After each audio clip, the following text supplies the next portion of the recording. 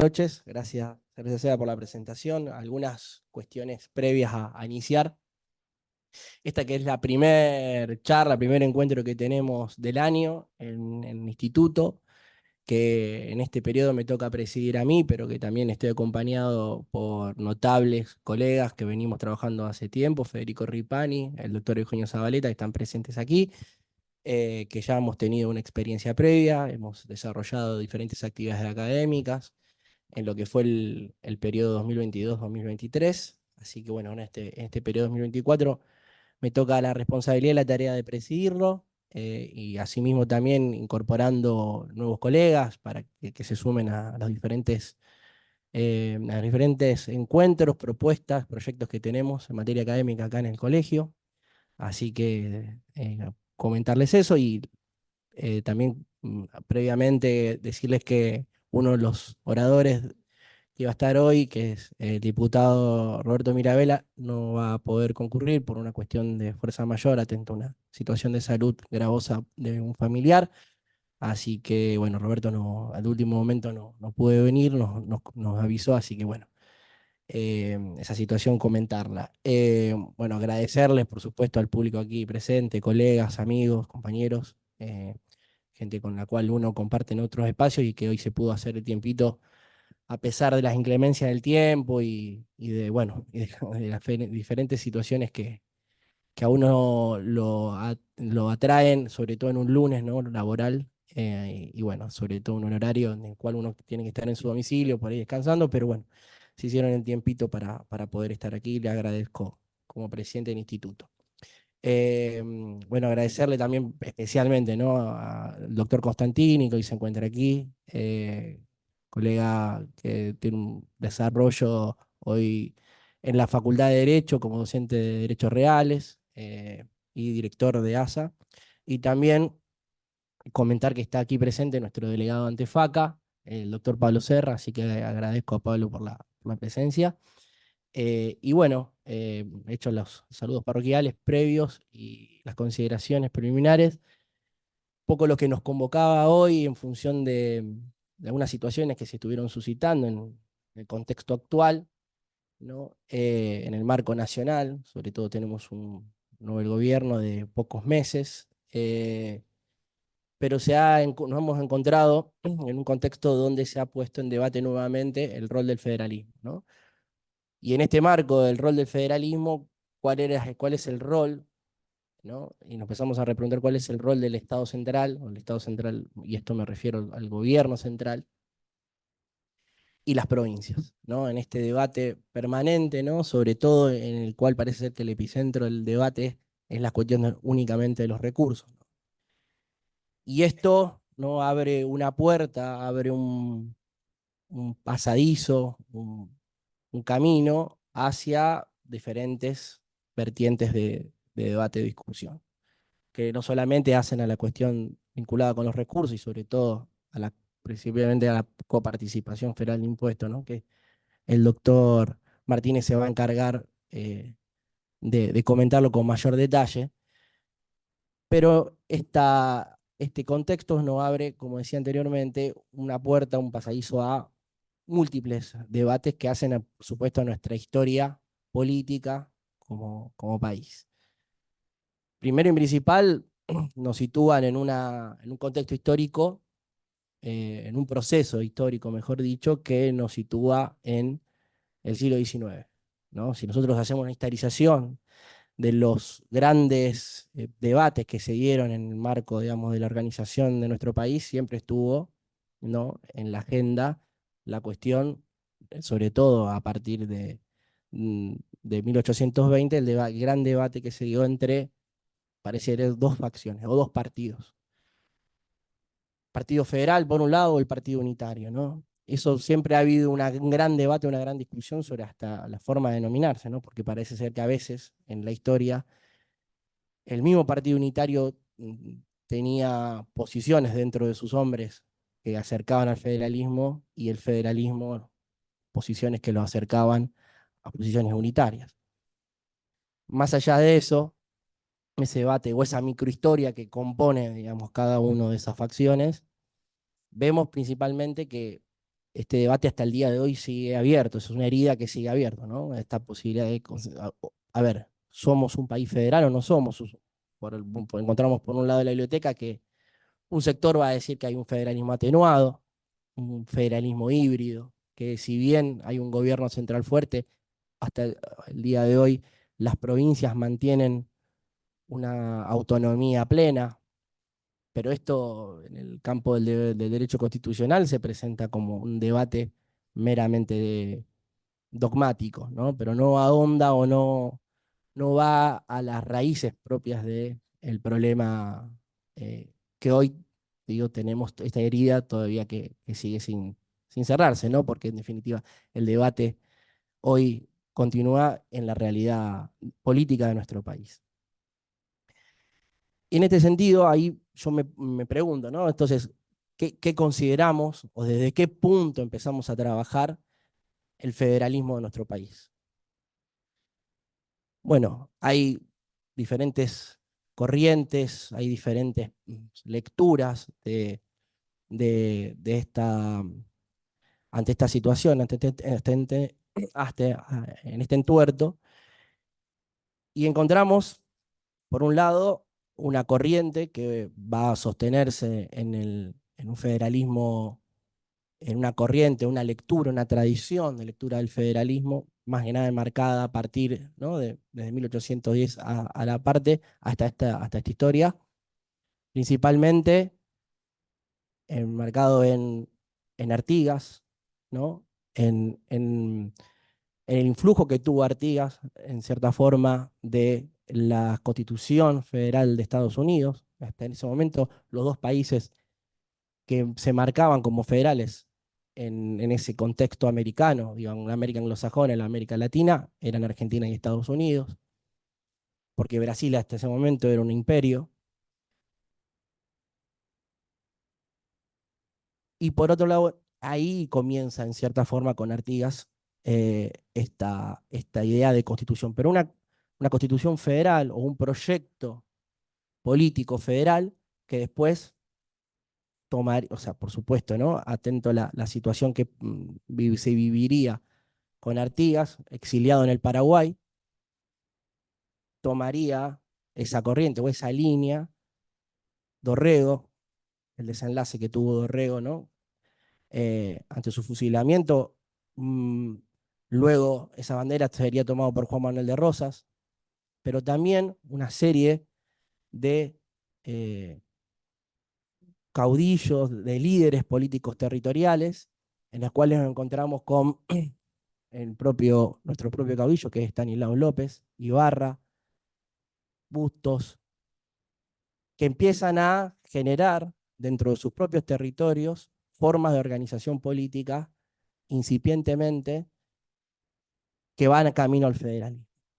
Pero es recién, más allá de esa, por ejemplo, el estatuto de 1819 de López, más allá de esas pinceladas de organización política tendiente al federalismo, es recién a partir de 1831, con el Pacto Federal de 1831, cuando se funda por primera vez una constitución de carácter o reglamento federal, confederal. Y acá el debate o la discusión en la historiografía constitucional argentina va a ser vertebral en cuanto a considerar si era una federación o era una confederación y todo lo que implicaba esta situación, ¿no? Más que nada teniendo en cuenta que por el otro lado, el lado unitario que muchos tratan de matizar y ponerle otros calificativos, otras nominaciones, como por ejemplo centralismo o porteñismo, ¿no? Esta idea de separar esta idea del interior o de los pueblos del interior, por un lado, y por otro lado el gobierno central de Buenos Aires, de la ciudad de Buenos Aires y de su zona de influencia. O sea, lo que Mitol Ferré diría la polis oligárquica y su hinterland, ¿no? Su espacio de producción principalmente ganadera, donde estaba el puerto y la oligarquía terrateniente. Ahí se mostraban estos dos países claramente, ¿no? El Pacto Federal de 1831 era una respuesta en cierta forma histórica a las constituciones unitarias de 1819 y 1826. Luego de ese periodo, donde vamos a ver que a través del pacto, que es de Juan Manuel de Rosas se instituye como el principal representante en la política exterior del país, y son, son, son hechos históricos, hitos históricos, lo que significó la guerra del Paraná, ¿no? En lo que fue vuelta obligado, pero sobre todo donde fue la victoria de Punta de Quebracho, acá cerquita, en Puerto San Martín, digo, en representación como representante de las fuerzas defensoras de la Confederación,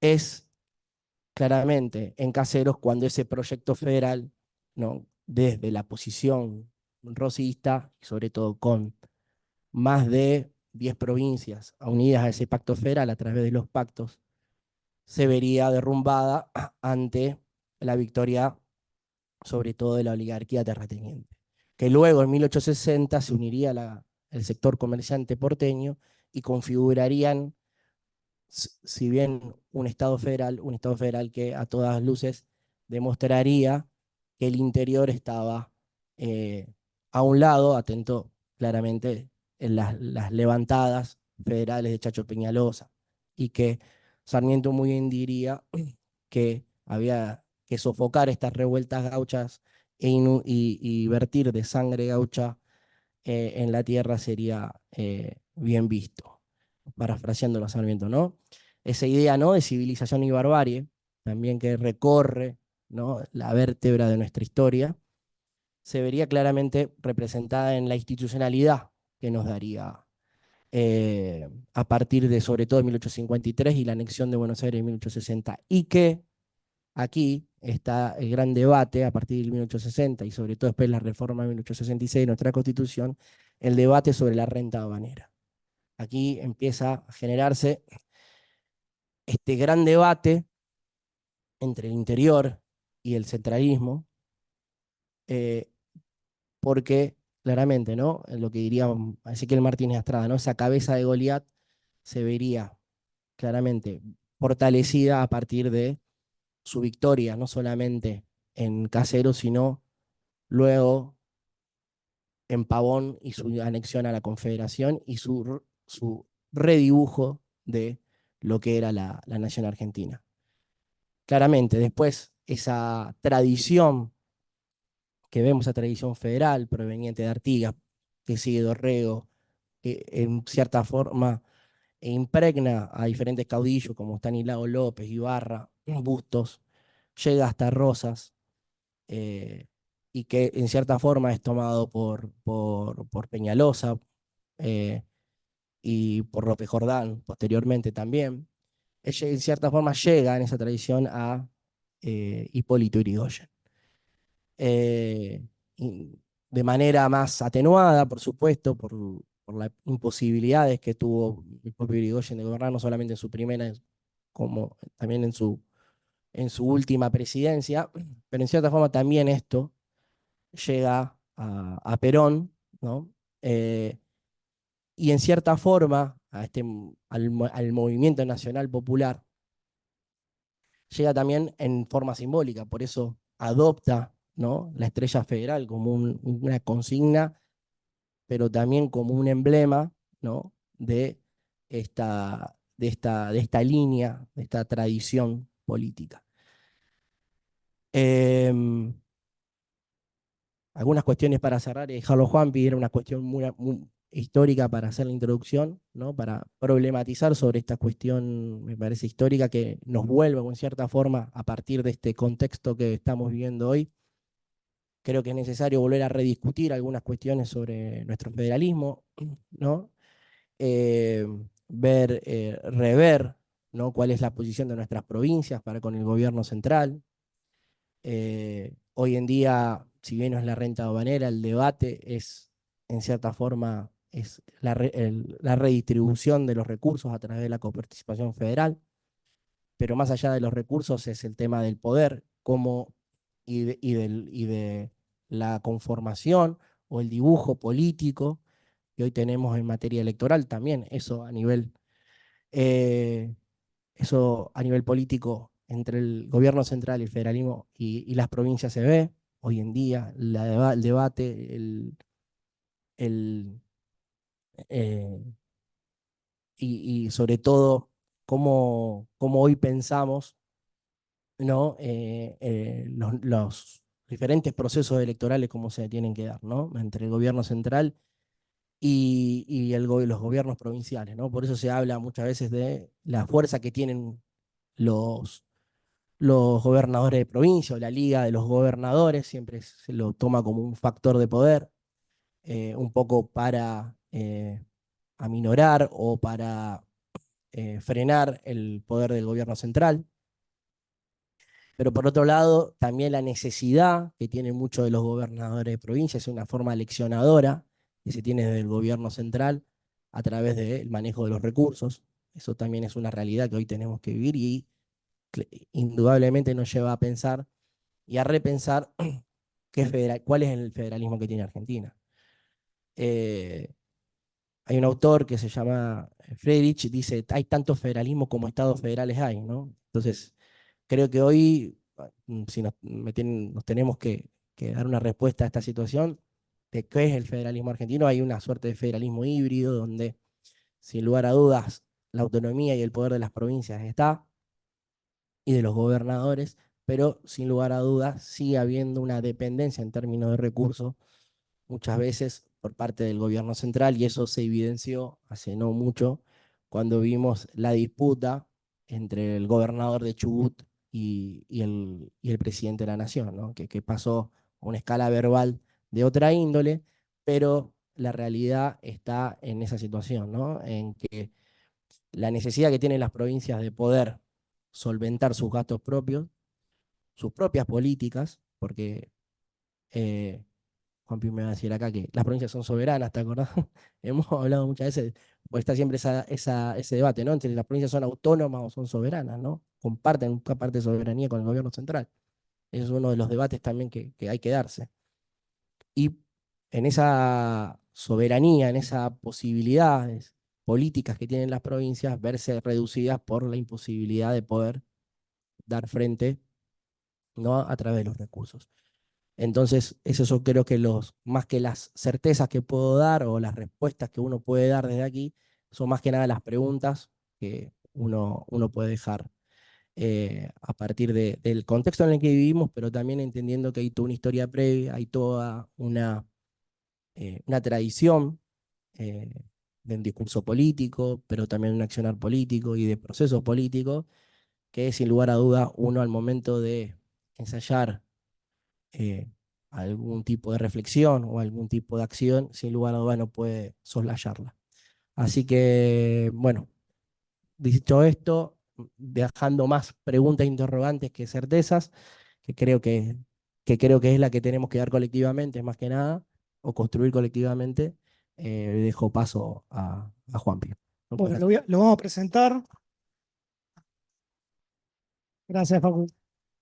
Bueno, como bien dijo el colega Facundo, Facu Besón, Roberto Mirabella lamentablemente tuvo un problema familiar. Eh, este es una charla sobre el federalismo y bien sabemos que él es un gran defensor del federalismo y sobre todo de la provincia de Santa Fe. Eh, lo estamos tratando de que llegue a las personas que no pudieron asistir vía Zoom. Roberto es uno y se comprometió a tratar de conseguir una fecha para poder reprogramar esta charla. Así que bueno, el saludo de él y bueno, y el compromiso. Ahora vamos a tratar de hacerlo bien, la presentación a Juan Pablo Martínez, abogado graduado en la Universidad Nacional de Rosario, magíster en argumentación jurídica en la Universidad de Alicante, docente adjunto de Finanzas Públicas, UNR Derecho. Director regional AFIP Rosario. Ex director regional AFIP Rosario. Bueno, gran experiencia, imagino.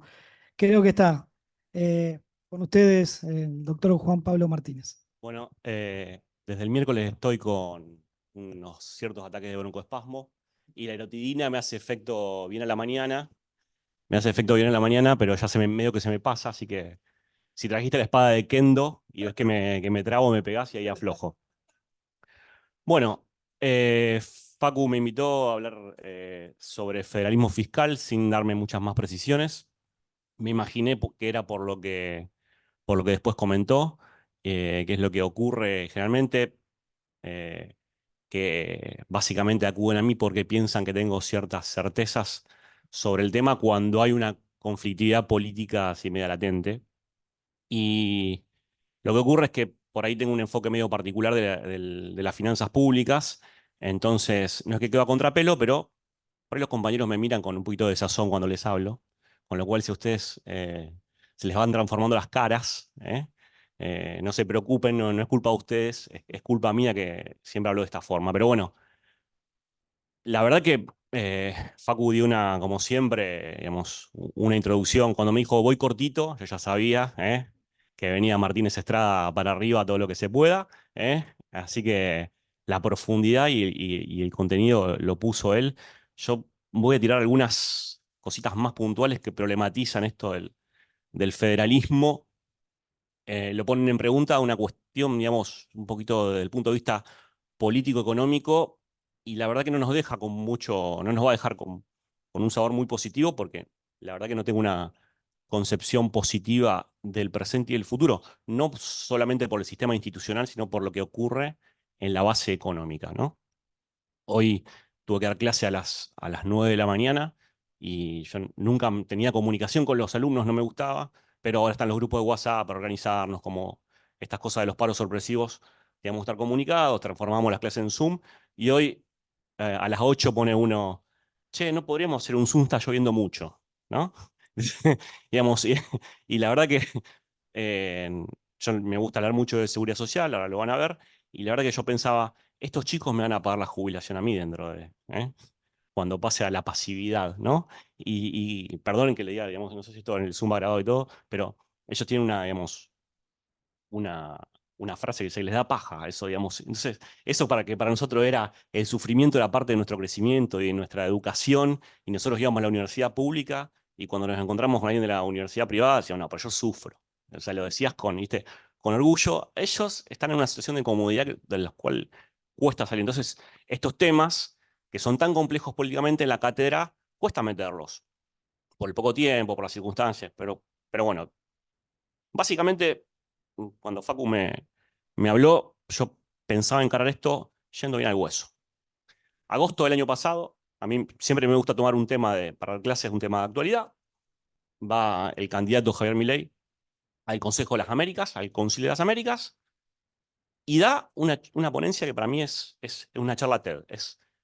Porque lo dijo con mucha claridad, con mucha tranquilidad, conceptualmente era muy jugosa. Básicamente, su diagnóstico del problema argentino es que hay un proceso inflacionario muy fuerte, y ese proceso inflacionario obviamente genera un deterioro de la economía y un malestar y una pérdida de poder adquisitivo por parte de la mayoría de los ciudadanos. Pero sobre todo que la causa, ¿sí?, de ese proceso inflacionario era el déficit presupuestario. Y la causa, a su vez, del déficit presupuestario tiene que ver con una idea conceptual que él la señala directamente. Tiene que ver con la asignación de un derecho por cada necesidad. Obviamente, cita, ¿no?, sin decirlo, a la compañera Eva que decía, a cada necesidad un derecho. Entonces, digamos, obviamente, el diagnóstico era desasociar necesidad de derecho, equilibrar presupuesto y de ahí mejorar la economía. Con lo cual, toda la discursividad posterior en la campaña, yo sabía por dónde más o menos analizarla, porque sabía que mirar. Básicamente dije, bueno, acá hay que mirar una sola cosa, que es el gasto público consolidado. ¿Cuánto gastan? Nación, provincias y municipios. Hoy es algo así como no salió el número 2023, pero más o menos el 42% del PBI. 25% lo gasta Nación, 15% las provincias, 3% los municipios. 2-3%. Entonces, cuando a veces, por eso digamos, me meto en esto y empezamos a desmenuzarlos. Cuando hay un conflicto, por ejemplo, vemos el presidente asume, ¿no? Y tuvo una triple estrategia, ¿no? La reforma al Estado, en el proyecto de ley, ley ómnibus, la desregulación en el DNU y el ajuste fiscal simplemente por decisión ministerial, ¿no? El proyecto de ley, la reforma del Estado quedó trabada, el DNU cuestionado.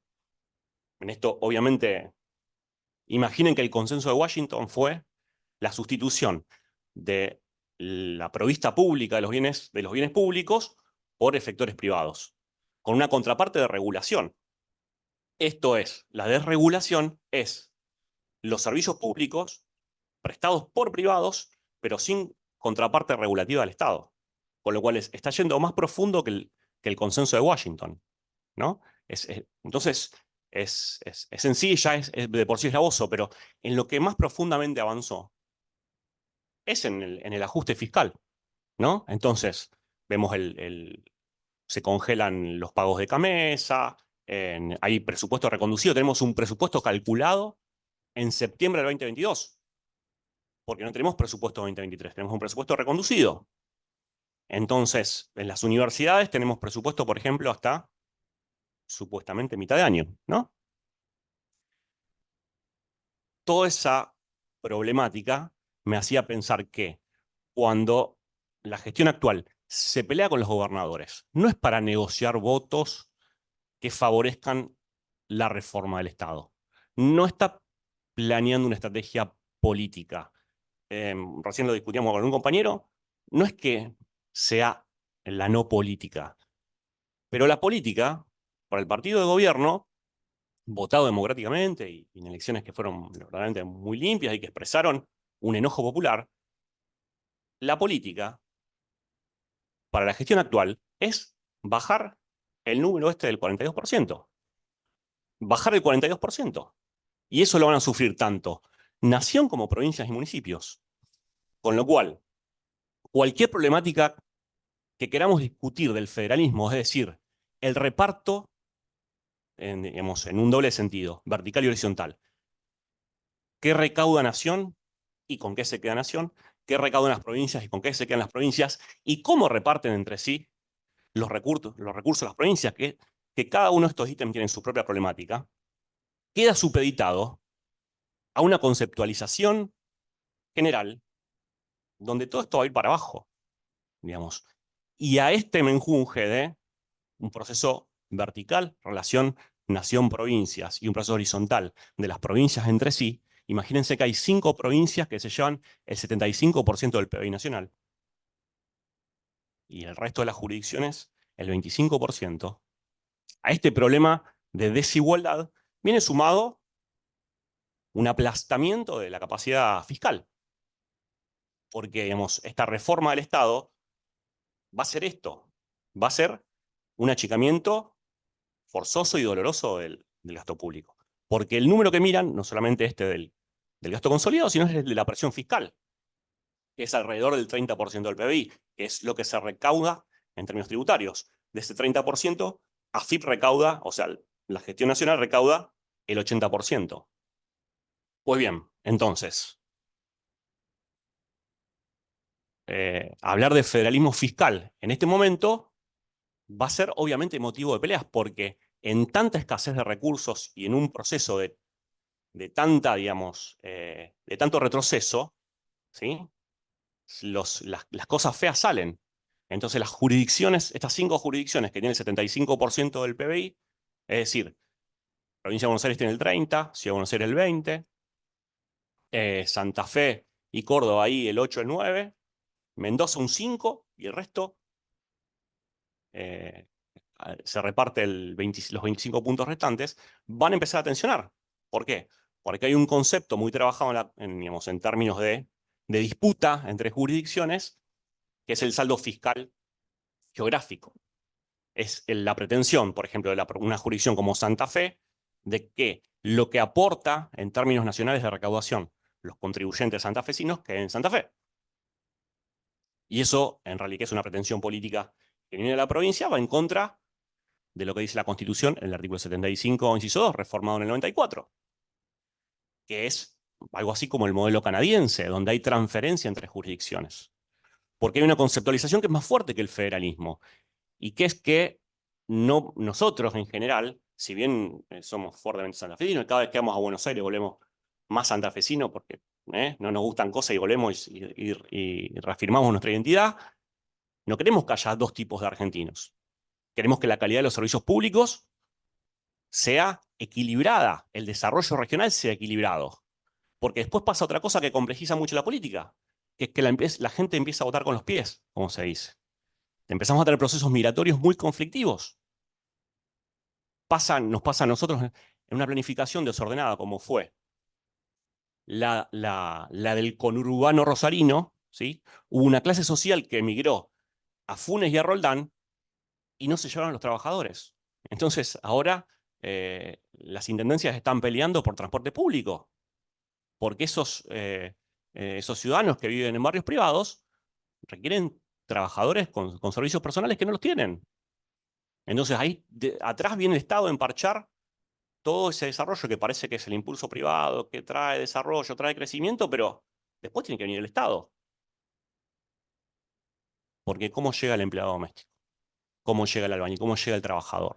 Entonces, empezamos, hay un falso pensamiento de que me voy a un barrio cerrado y no necesito el Estado, ¿no? Pero bueno, retomando. La fiscalía tiene que ver con las decisiones de recaudar y de gastar. ¿Para qué? Para cumplir, decía la vieja doctrina, con necesidades públicas. Desasociar derechos de necesidades, nosotros bien sabemos que las necesidades no se convierten en derecho por mero acto declarativo de la política.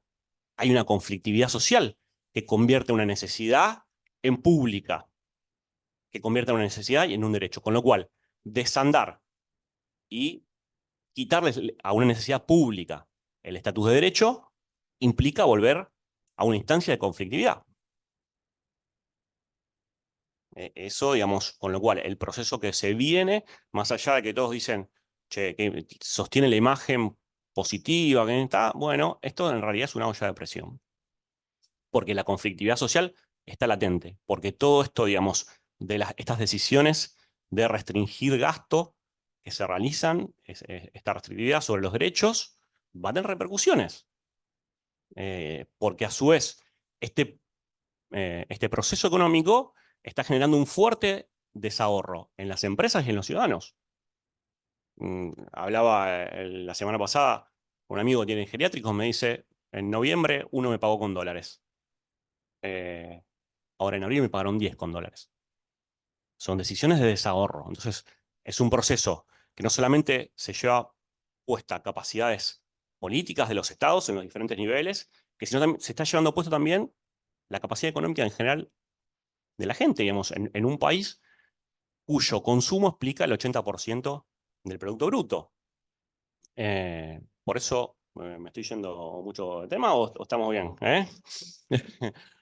Por eso me parece que el análisis de la conflictividad en materia de coparticipación o el conflicto nación-provincias o el conflicto entre jurisdicciones tiene que ser primero entendido en el marco de la conflictividad de plantear una reforma del Estado que en realidad es una reforma fiscal.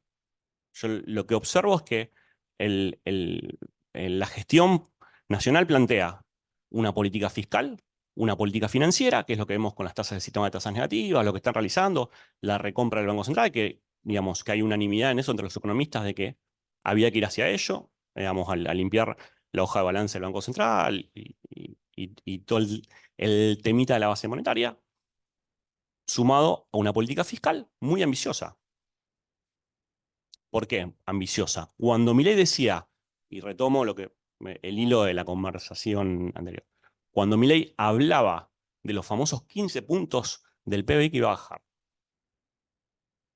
bueno, de esos 42 puntos que les digo que es el gasto público consolidado, el 60% son servicios sociales.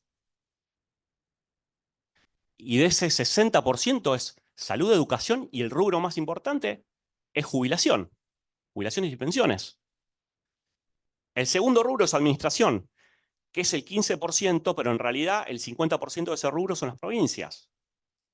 Y después viene energía con 12 puntos, que son los subsidios. Ya vemos qué está haciendo en materia energética. Digamos, va a tarifa precio full, comoditizado, digamos, precio de exportación. Y en materia de seguridad social, hay una realidad que acá sí me gustaría hacer un poquito de historia y quizás ya ir terminando, no quiero abrir más puntas. La primera seguridad social, primero que todo, digamos, cuando Facu hacía la historia, ¿no? del programa federal, a mí me gusta hacerlo en paralelo contando la historia económica, porque esa Revolución de Mayo, hace algunos años, en el 16, con mi titular de cátedra, escribimos un artículo emulando un libro de Keynes que se llamaba Cómo pagar la guerra, cómo pagar la revolución. Y lo primero es que Saavedra, ¿de dónde era, Facu? Potosino, ¿no? Entonces, ¿por qué había un potosino a cargo de la Revolución de Mayo? Porque la misión principal del Ejército del Norte era llegar a Potosí, porque la única producción económica genuina que existía era La Plata. Por eso esto era el Río de la Plata. En Buenos Aires vivían 6.000 personas, el 60% de la población estaba afincada desde Córdoba hasta Jujuy, ¿no? Cuando el Ejército del Norte fracasa y se queda en la quebrada, vuelve. La revolución, digamos, la Junta había emitido unos papelitos, terminan descontados en las fragatas comerciales inglesas y ahí cambia el sistema, ¿no? Recién después se empieza a desarrollar este sistema ganadero, el sistema del saladero y qué sé yo. Y cuando modernizamos, cuando se transforma el modo de producción al país agroexportador, ¿sí? Se hace necesaria comenzar con la normalización. Entonces, esos acuerdos y digamos, esas bases o el sistema rentístico había pensado Alberdi, que estaba reflejado en la Constitución de 5360, ya en el 80 queda viejo, porque el sistema 5360 tenía división de fuentes. Nación se quedaba con los derechos de exportación, que era lo más fuerte, y las provincias grababan el comercio interno. Entonces hasta ahí no había conflicto. Ahora, cuando el sistema de producción requiere la normalización, requiere la escuela normal, requiere las leyes laicizantes, ahí la normalización se realiza con capacidades nacionales. Nación pasa a gastar el 80%, ¿sí? Y a tener obviamente el 80% de las atribuciones, porque hay un principio que es el principio de suficiencia en materia, digamos, de federalismo. Quien tiene las funciones de tener los recursos. Entonces la normalización se realiza con capacidades nacionales. Y la seguridad social, que al principio no estaba normalizada, existía intragrupo. O sea, si yo les pregunto, como les pregunto a mis alumnos, nombres de sanatorios de Rosario, me dicen el británico, el español, el italiano, porque primero la seguridad social es una cuestión de la colectividad, del pequeño grupo, del gremio. Tenemos acá un americano acá que... No te quería omitir, perdón. Era una cuestión intragrupo. Pero ¿qué necesitaba la modernización del país? La unidad de caja, ¿no? La unidad de caja implicaba una caja nacional para no tener diferencias entre trabajadores, ¿no? Porque la pertenencia a un gremio hacía tener una seguridad social distinta. Entonces la normalización implicó sistema de caja única. Sistema de caja única requiere una relación que es entre trabajadores activos y pasivos para que el sistema sea corporativo, funcione entre los aportantes, que después de cierto tiempo obtienen el beneficio. Ahora, cuando las crisis estructurales, económicas, empiezan a romper el mercado de trabajo, cuestión que ahora se viene profundizando, y se rompe esta relación. Ustedes saben que la primera decisión de financiar la caja de jubilaciones con impuestos se tomó en el año 80, con relación al IVA. Se empezó a financiar la seguridad social con impuestos. Y ahí se prende la alarma, porque yo le cobro IVA a todos, porque tiene una tasa extendida.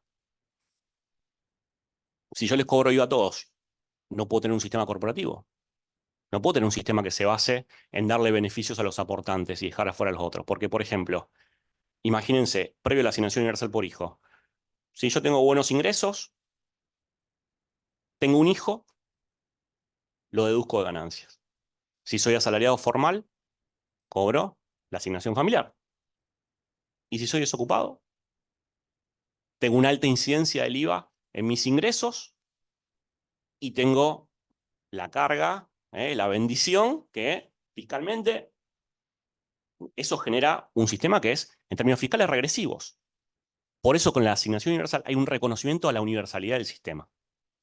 Y a partir del 92, cuando se reconoce el colapso del sistema corporativo, digamos, el sistema de caja única, y se cambia por el sistema de capitalización, lo que nos olvidamos es que había una prestación básica que corría por cuenta del Estado.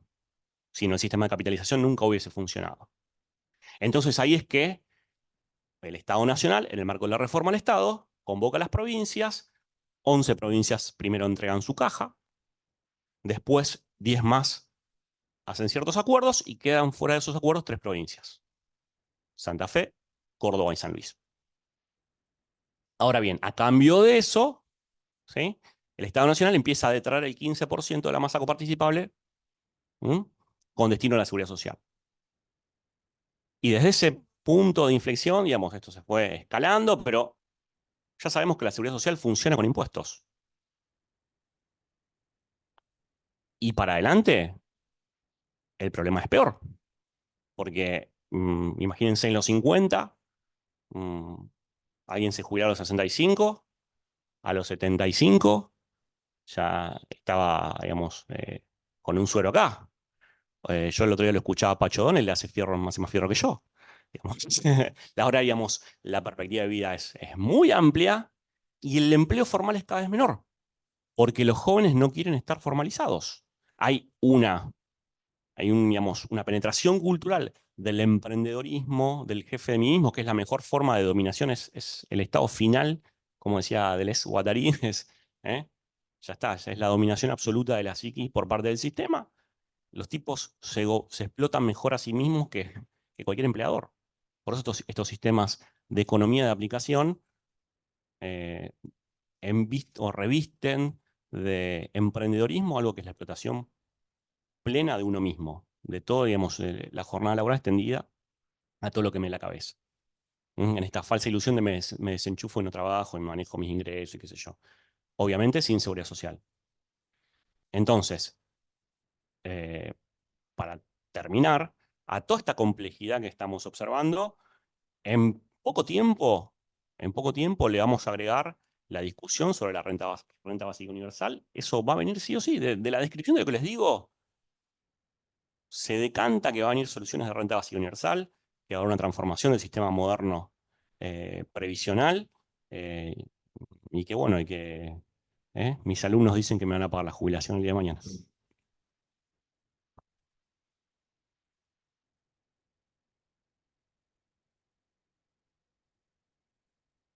Bueno, si alguien quiere hacer algún comentario, me parece que dejamos más también para el tiempo para poder compartir con el público. Si alguien quiere decir algo, criticar, hacer algún tipo de reflexión, alguna pregunta, lo que fuese.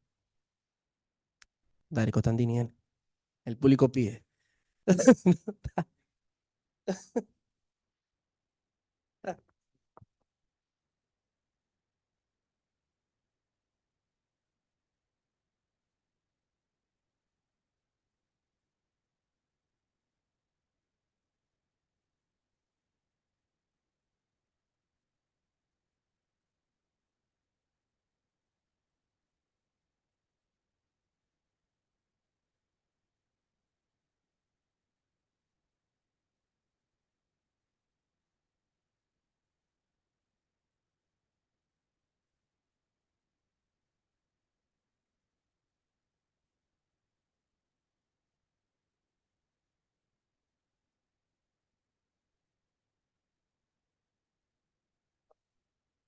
Se la puede también llamar Argentina, porque la Confederación Argentina también es un instrumento.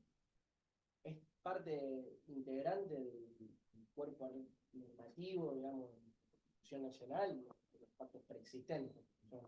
Inclusive el pacto federal de 1831, que fue el que concitó la mayor cantidad de adhesiones por parte de las provincias a un pacto.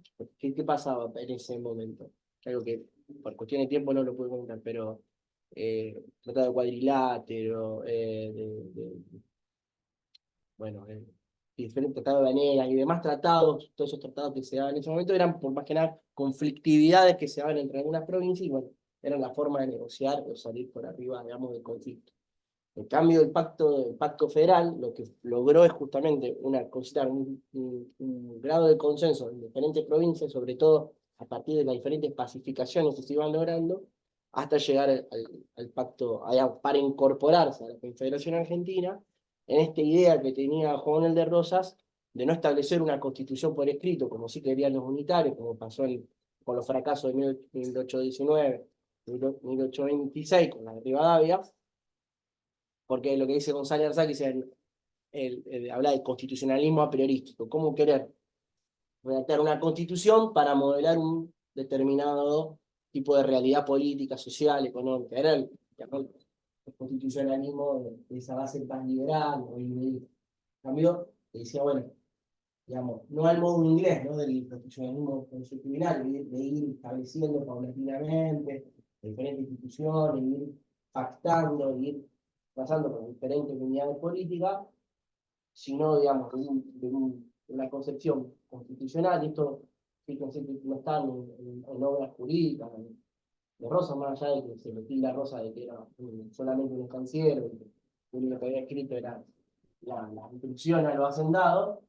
En verdad, digamos, la mayor riqueza, digamos, de Rosas, no solamente de él, sino de, digamos, sus pares, era a través del gran cúmulo de misivas que había, donde estaba, sinceramente, cuál iba a ser el programa de gobierno que estuviera, ¿no? En la carta de la Hacienda de la Figueroa, dice Juan de Quiroga, y bueno, que no era momento para apresurados, que no era momento para establecer una constitución por escrita, sino que paulatinamente debía establecerse un programa político a través del pactismo, ¿no? Que idea de ir trabajando, digamos, una confederación a través de las diferentes pacificaciones en un momento de una constitución argentina e ir implementando. En esa idea, creo que de cierta forma, digo, yo creo que por ahí Fayol sí, dudo que Puyaro haya tenido esa intención, pero sí esa idea de volver a decir, bueno, hay una idea, ¿no? De volver a esa fuente, ¿no? Esa idea primigenia de que los estados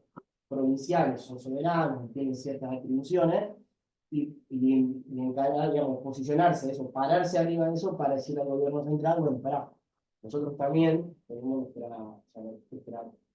nuestra fuerza política, nosotros manejamos un cierto tiempo. Por eso creo que algún comentario sobre esto de la guía de los gobernadores. Yo lo veo por otro lado, perdón, Facu. Y tiene que ver con el resultado de este proceso que fue el fallo de Santa Fe, que salió a la luz en noviembre del año 2015. Este proceso, digamos, donde hubo transformación del sistema de seguridad social dos veces, porque de capitalización pasamos nuevamente al sistema de caja nacional, generó una conflictividad, porque en 2005 se terminaba el pacto fiscal, Córdoba, Santa Fe y San Luis no adhirieron, no tenían problema de caja, no vieron la zanahoria, y se quedaron con la decisión de litigar. ¿Litigar qué? La detracción de este 15% de los recursos coparticipables que iban a la seguridad social. Con lo cual, hay una vieja concepción de que, digamos, de Musgrave, de que el agenciamiento territorial genera mejor calidad de servicios públicos. Pero hay otro lado del proceso neoliberal, donde los sistemas jurisdiccionales o las jurisdicciones son puestas en competencia. Entonces, de la puesta en competencia de las jurisdicciones genera obviamente unas ventajas para el sector privado, es lo que pasa con los países de baja o nula tributación a nivel internacional. Son todos países del Commonwealth que quedaron dentro del imperio, pero con cierta autonomía. Entonces, unos establecieron el secreto bancario, otros el secreto societario. La combinación entre jurisdicciones hace que yo sea invisible para el sistema. Y lo mismo empieza a pasar en el sistema federal, porque la Corte, digamos, cristaliza una doctrina que es el federalismo de concertación, que los acuerdos, los pactos fiscales, más la legislación federal, forma parte de un sistema complejo que requiere el acuerdo de las provincias, donde se da el dilema del prisionero, digamos, cuando las provincias que están en posición de poder se plantan para no negociar, dicen, sí, vamos a volver al Pacto de Flores, le ponen la nota romántica, pero en realidad lo que están diciendo, yo me paro en mis recursos y no voy a permitir la redistribución de mis recursos. Quiero seguir siendo una jurisdicción rica. Entonces, volvemos al problema de lo que la reforma del 94 no quería que pase. Entonces, hoy no tenemos ley de coparticipación, tenemos la del 88, incumplimos la cláusula transitoria sexta, pero a su vez tenemos posiciones de provincias donde se paran sobre los recursos. Sumado a que cualquier reforma de la tributación nacional ahora pasa por la voluntad de las provincias. Le pasó a Macri que quiso tomar una medida progresiva, que es la personalización del IVA. El IVA, ustedes saben que es el 21% de tasa establecida, es un impuesto indirecto porque no mira el patrimonio, sino que mira una decisión de consumo. ¿Qué sabemos? Si yo gano 100 y no tengo capacidad de ahorro, voy a pagar tasa 21% de IVA. Ahora, si yo gano 1000 y ahorro 500, voy a pagar IVA sobre 500. Entonces, quienes más recursos tienen, más capacidad tienen de sustraerse al pago del IVA. Es un impuesto regresivo. La solución a esa regresividad es la personalización del IVA, la devolución automática a cierta población objetiva. Macri lo quiso intentar, se lo tumbaron las provincias por esta cuestión del federalismo de concertación. Con lo cual, tenemos un sistema tributario que queda muy duro, muy oxidado, totalmente regresivo, sustentado en los impuestos indirectos y que no se puede tocar porque ahí las provincias saltan, ¿no? A proteger sus propios recursos, no hay soluciones alternativas, con lo cual no tenemos solución para el sistema previsional, no tenemos solución para el sistema tributario y tenemos solamente ganancia en las jurisdicciones más poderosas. Entonces, tenemos una peor calidad institucional en general en este estado de cosas. Y obviamente tenemos esa discursividad de las provincias que les permite defender los intereses de sus ciudadanos como ellos los entienden, pero en realidad la generalidad del sistema viene complicado.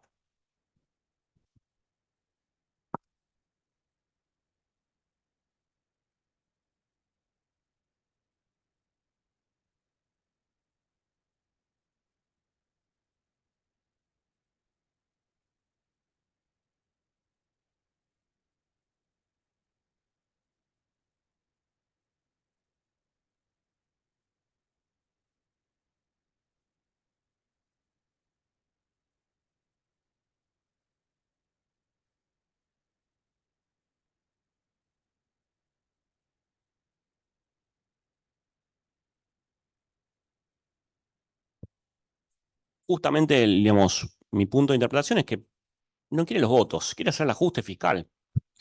Digamos, por eso el proyecto parece tratado, digamos, de manera, digamos, Pichetto diciéndole, no, que ellos se lleven el discurso, nosotros nos llevamos la ley, y los legisladores, ¿por qué no hay una línea? ¿Por qué no hay una estrategia? ¿Por qué no hubo un laburo en las comisiones? ¿Por qué no hubo estrategia política para que esa ley salga? Porque la reforma política en el pensamiento de ellos es para más adelante.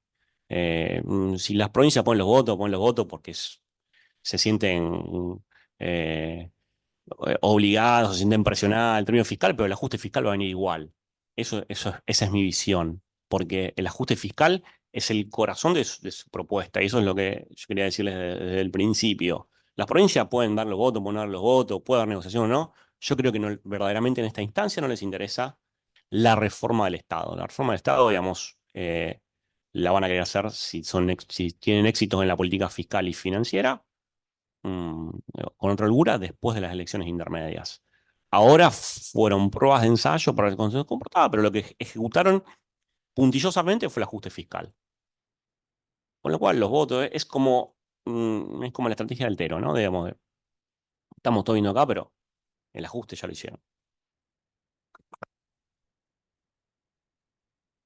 Juan, yo quería preguntarte una cosa.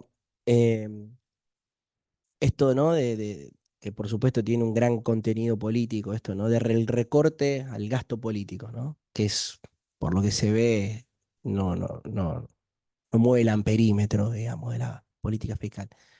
Digo, esto, sosteniéndolo, digamos, a largo plazo, esto, en definitiva, ¿qué resultado puede llegar a tener? ¿Una cuestión meramente, digamos, para tribunera o es, sinceramente, el tipo cree que esto, en definitiva, va a retribuir, digamos, en menos gasto público? No, justamente por eso te decía que del informe de gasto público consolidado, digamos, la clasificación por finalidad y funciones, el 60% son servicios sociales. El 15% es funciones administrativas. No es que, digamos, que todo sea la fiesta de la cereza, digamos. Son funciones administrativas, del cual 50% es funcionamiento del Estado central, 50% provincias y municipios. 12% es el rubro de servicios económicos, todos los subsidios de energía, casi 5 puntos de deuda pública, que es un número que creció muchísimo en los últimos años. Entonces, el número no es significativo en términos generales. Lo significativo va a ser, digamos, lo que está pasando con las jubilaciones, porque ese es el rubro preponderante.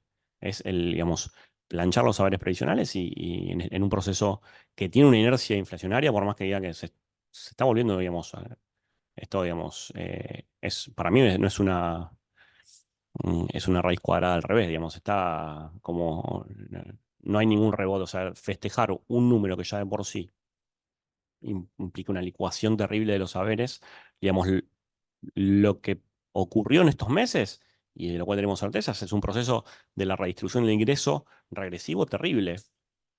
Demuestra en cierta forma la visión de la única de la gestión inflacionaria.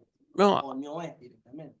no, a ver, si no nos imprimimos un palo cada uno y vemos, no, eso, o sea, no es así, digamos, en ciertas condiciones, yo tampoco soy economista, pero como para meterme a profundidad en ese tema, y tampoco hay que decir que, obviamente, ellos liberaron precios, lo que ocurre es que tenemos otra vez un atraso, digamos, digamos, un atraso de lo que se dice del dólar, esto tiene una cierta complejidad, pero eh, porque tenemos un dólar que es barato para importar y no le sirve al exportador. Entonces, eso va a generar una conflictividad de acá a junio.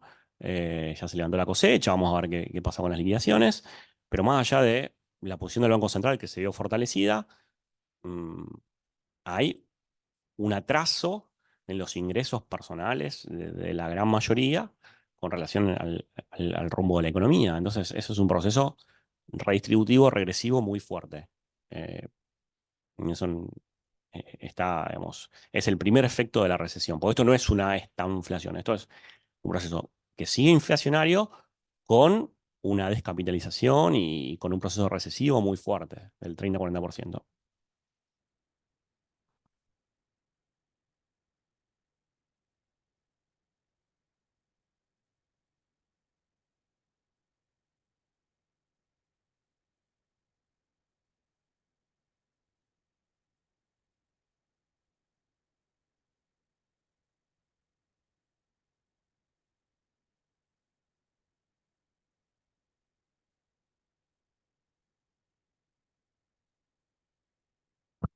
Ver cómo terminan volviendo a intereses, con más ajuste o de qué manera van a aplicar la economía para volver a retomar. Te cuento un chiste. ¿Cuál es el único impuesto que subió en la recaudación?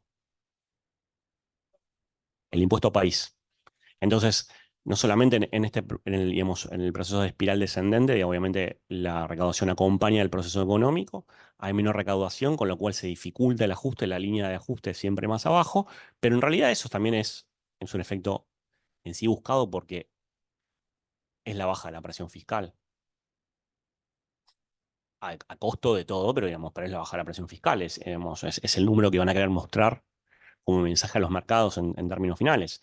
Pero el problema no deseado es que tenés una gran preponderancia del impuesto país, con lo cual cuando quieras cerrar la brecha vas a tener una pérdida recaudatoria muy fuerte porque ahora dejó de ser para fiscales un impuesto fiscal que está sosteniendo la recaudación. ¿Y a dónde va? A la seguridad social. Entonces, como les digo, esto es